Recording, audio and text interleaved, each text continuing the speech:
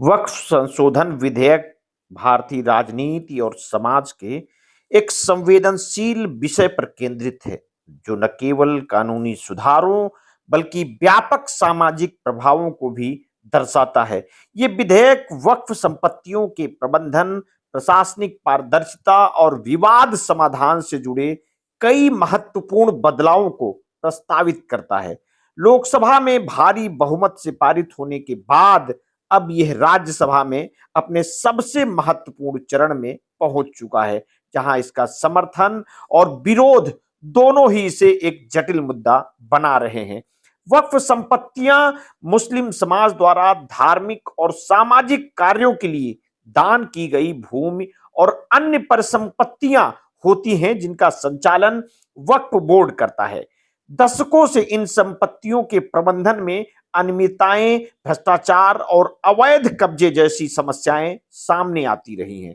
सरकार का तर्क है कि ये विधेयक पारदर्शिता बढ़ाने, वक्फ संपत्तियों के डिजिटलीकरण को बढ़ावा देने और विवाद समाधान की प्रक्रिया को अधिक कारगर बनाने के लिए लाया गया है। इसके तहत कई अहम बदलाव किए गए हैं, जिनमें गैर मुस्लिम सदस्यों की संभावित भागीदारी, वक्फ संपत्तियों से जुड़े विवादों में राज्य सरकार की भूमिका और दान देने की प्रक्रिया में नए नियमों को शामिल किया गया है।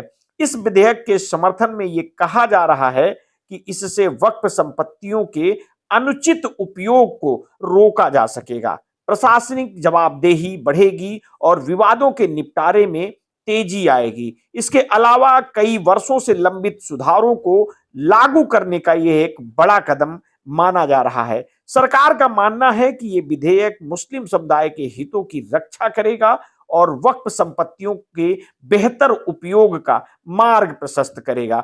हालांकि इस विधेयक को लेकर कई चिंताएं भी व्यक्त की जा रही हैं। मुस्लिम समाज के एक बड़े वर्ग को आशंका है कि इस कानून के जरिए उनकी धार्मिक संपत्तियों की स्वायत्तता को प्रभावित किया जा सकता है और सरकार का हस्तक्षेप बढ़ सकता है। विपक्षी दलों का भी मानना है कि यह विधेयक अल्पसंख्यक समुदाय के अधिकारों को सीमित कर सकता है और धार्मिक स्वतंत्रता के मूल सिद्धांतों पर प्रभाव डाल सकता है। राजनीतिक दृष्टि से यह विधेयक एक बड़ा मोड़ साबित हो सकता है। लोकसभा में पारित होने के बावजूद राज्यसभा में इसके समर्थन और विरोध के बीच संतुलन बना हुआ है।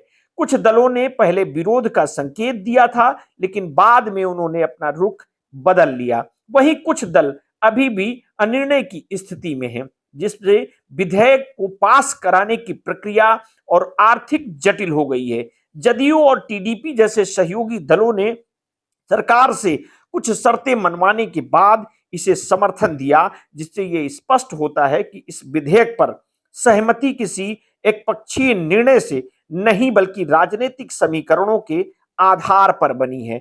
यह विधेयक यदि पारित होता है तो वक्फ संपत्तियों के प्रबंधन में निश्चित रूप से बदलाव आएगा, लेकिन यह बदलाव कितना प्रभावी होगा यह इस पर निर्भर करेगा कि इसे किस तरह लागू किया जाता है।